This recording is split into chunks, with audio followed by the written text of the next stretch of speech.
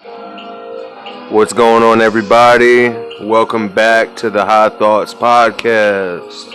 I'm plotting up a homicide. When I'm on the ride, I'm gripping on my 45. Keep it by my side. You know I'm always down the slide. When it's over die, I'm just a hustler in the playing with the deadly vice. I'm plotting up a homicide. When I'm on the ride, I'm gripping on my 45. Keep it by my side. You know I'm always down the slide. When it's over die, I'm just a hustler in the playing with the deadly vice. I'm coming like night creep. Finger on the trigger, never sleeping. No suckers, cop duckers, go ahead, bitch, give me reason to break your ass out with the 45 I'm squeezing. Rubbing on the skirt of my pocket, grew up last season. Looking at the nigga, you see me rolling through the boulevard, shaking hands and kissing. Shouts out to Ramirez of Grade 5'9".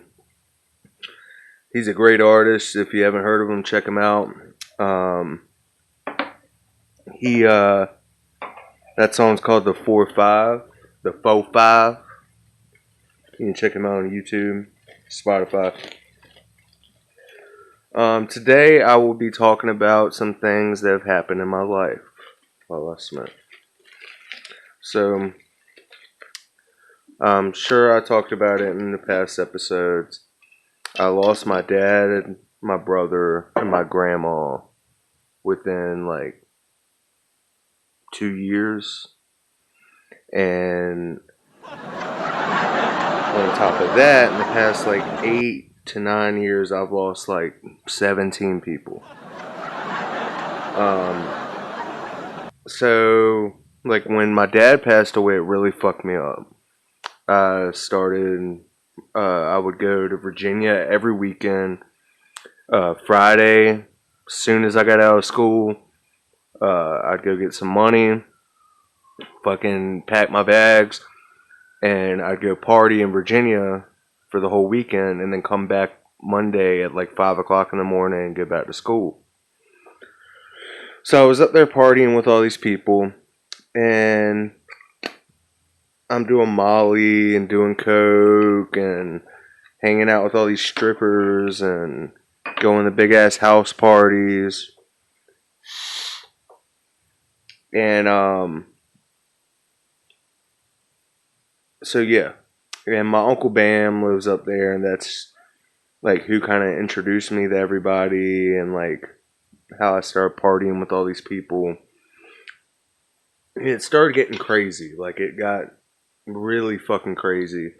At one point, I came up there, and apparently the feds had been to the house. And I come and knock on the door, and I'm like 16, 17. I knock on the door, and I just see people. It looks like a fucking like when you turn the lights on and a bunch of rats and fucking roaches are running around the house. Like that's how these people look. So I knock on the door. I was coming there for the weekend, and I just see people running around inside. And then finally this girl comes to the door. She's actually the girl I used to get coke from. And she's like, come inside real quick. She's like, the feds were here, blah, blah, blah. And this ain't no bullshit. Like, the feds definitely were watching these people. And a lot of the people that I hung out with, they ended up getting locked up. But that's later on. So, let me hit this bong right quick.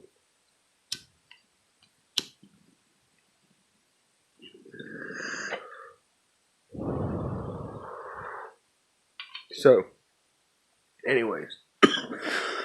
I started doing a bunch of drugs, and well, I ended up going to rehab because I got hooked on Adderall, meth, and cocaine. So I'm doing coke, meth, and Adderall regularly at like 17, 18 years old. And so I ended up going to rehab at 18. And the rehab I go to is for 6 months. And it was fucking crazy, man. Like, I'm the youngest fucking dude there. All the guys in there are fucking like 30 and up. Like, I was in there with a dude that was like 78. And it's crazy, man. Like, I was in there with dudes that were facing life in prison. There was a guy in there. There was this guy, he had a bunch of missing teeth. And I used to tell him all the time, I'd be like, you could chew a corn on the cob through a picket fence, you ugly ass motherfucker. And, but this dude that was in there with me, I remember the first time I met him, he was like, I can't tell you all the skin and blood I've had under these fingernails. I'm like, damn, dude. Fucking don't. What a great fucking first impression. Like, I just met you, dude, and you're telling me you've had blood under your fingernails. So, anyways, this dude that I'm talking about, this dude, this rehab that you go to, the 6 months that you're there counts as a year in jail. Like, 6 months is the same as a year in jail. So, a lot of guys were court ordered. I wasn't court ordered, but I did have a DUI with 9 charges on it before I went there, and it definitely helped me in court, but the court didn't send me. I chose to go there. Well, it ended up fucking sucking. I mean, you can get what you want to get out of the place. It's up to you. I'm not very religious, so the whole religious aspect kind of fucked me up. I didn't really care about that. And, but anyways, you have to work your ass off for 6 months. Every day you work at a pallet shop. You and like 20 other guys are building pallets. We had to build like thousands of pallets a week, and sell them to Stanley Tools. And, it's a very aggravating place because there's a lot of bullshit going on, and you notice it immediately. Before I continue, I've been there 2 times, so I spent a total of a year at this place, and it gets very aggravating at times because if you're like me, I was coming there because I really had a fucking problem. And the second time I went there, I really had a fucking problem. And I needed help. I mean, the second time I went there, I was on fucking heroin. And that was a whole another ball game. Anyways, it's really hard to stay focused at this place because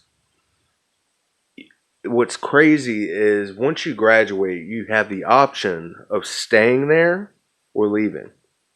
If you stay, you become a staff member. So everybody that's a staff member of this place, it's not fucking like professional staff members. It's guys that were in the program and they just stayed and didn't leave. So all these guys that are staff members, they've never actually successfully left this place and have been sober for a period of time.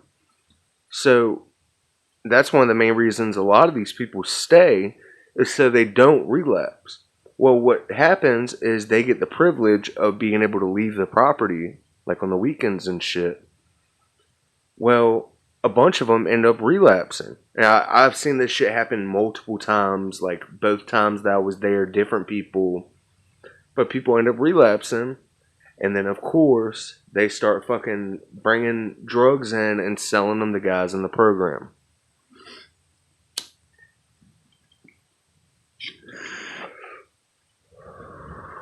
Luckily, I never got involved with any of those guys.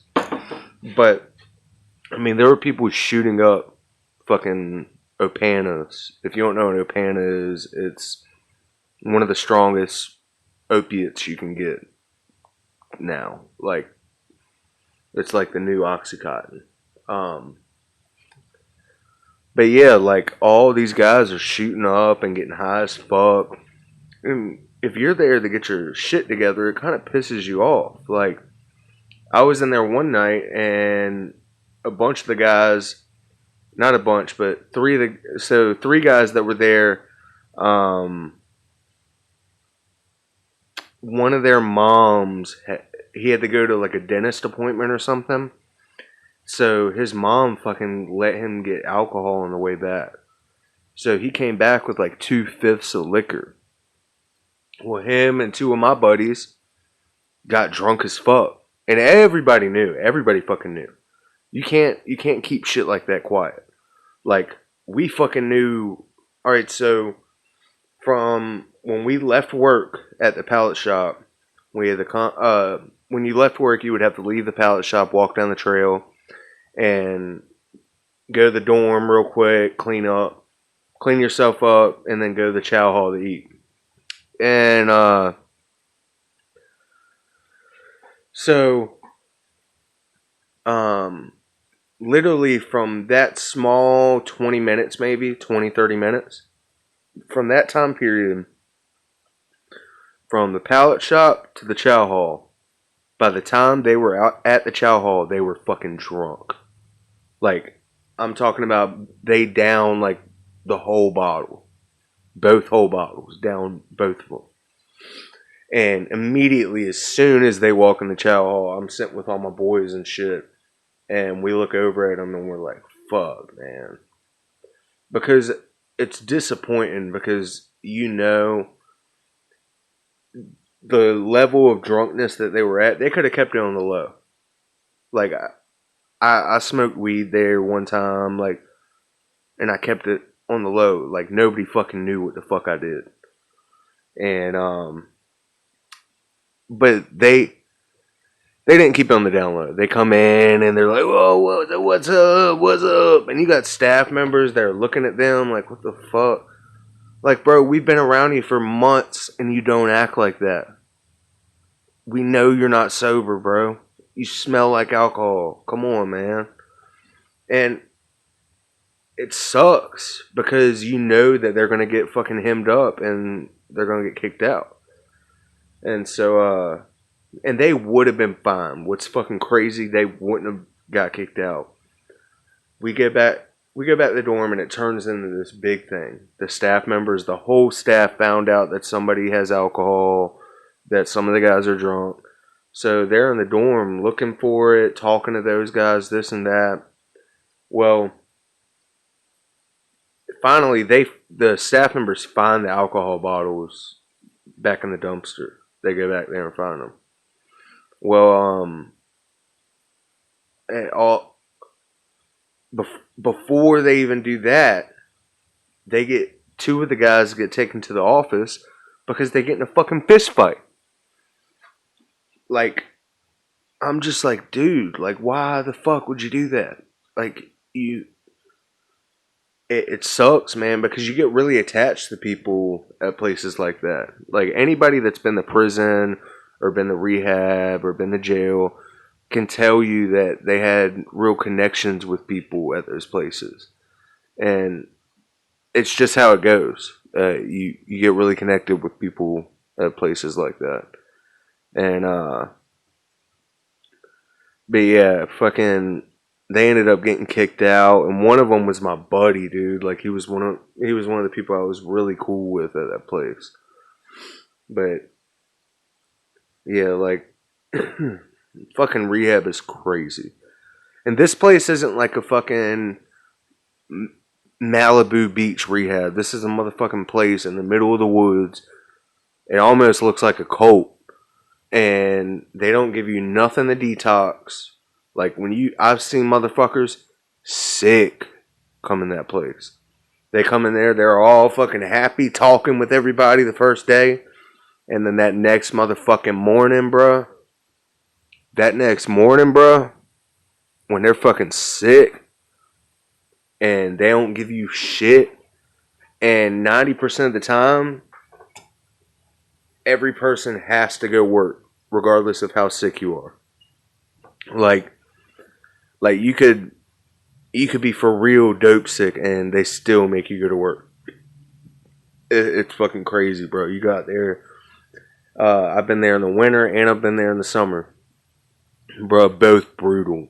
Because you got old pallets that you got to pick up and shit. In the winter it sucks because all that shit, it rains and all that shit gets frozen. Like, all the pallets get frozen together. And then summer, bro, out there in that dirt, fucking 110 degrees, fucking blazing hot. Like, bro, I've had some summers out there where I'm like, fuck. Like, it gets tough at times. Like, I can't believe I made it through both times. The second time, so what's fucked up, the second time I went there, I was in there for 6 months. Well, they had changed the program to 8 months. So I still had 2 more months till I actually graduated the second time. But I wasn't facing any charges, so I won't worried about if I left early or what. I just need help. And but so at 6 months, I've been there 6 fucking months, and different people were allowed to ride on the truck to deliver the pallets to Stanley in South Carolina. And so I used to ride on the truck all the fucking time. Well, this last day down there, my boy Kelly, Fat Cat, he's like, he needs me to get him some cigarettes. And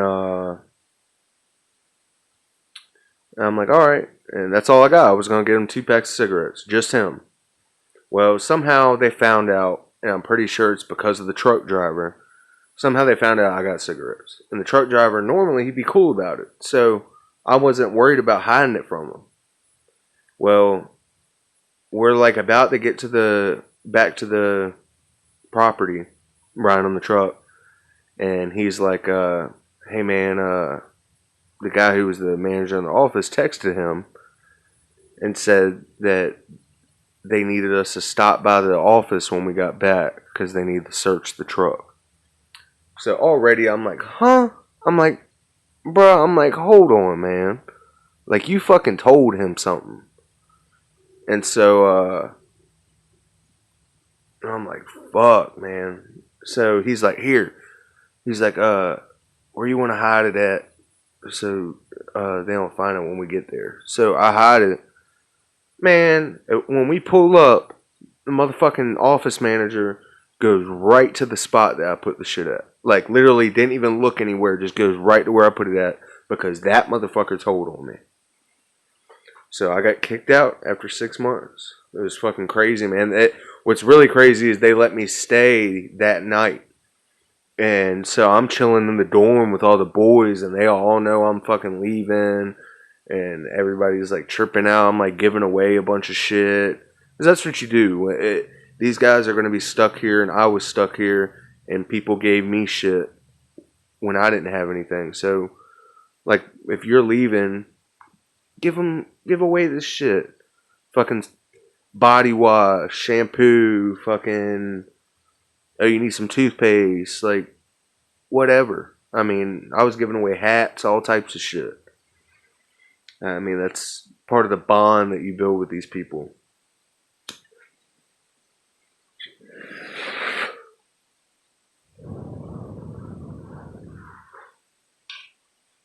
Anyways. Yeah, I spent a long time at this rehab, and there's a lot of stories that I can talk about from this rehab. And that's what the next few episodes of the podcast, I'll be talking about different things that happened to me while I was there, different people that I met. I'll give you a quick hint. Next episode, I'll be talking about this guy Jimmy, James Calamaris. You can look him up on Google. James Kalamaras, I think. You can look him up. I was at this place with this motherfucker. He was from New York. All I'm gonna say, I'll talk about the next episode. He got hired, and he got hired from another doctor while he was in the mob to set another doctor's office on fire and kill this other doctor that was interfering with his. Both doctors were selling like opiate scripts to people in the streets, and this other doctor was interfering with his clientele. But I'll talk about that story next episode. Thank you guys for supporting me. Please like and subscribe and share to your friends. And thank you for coming to the High Thoughts Podcast.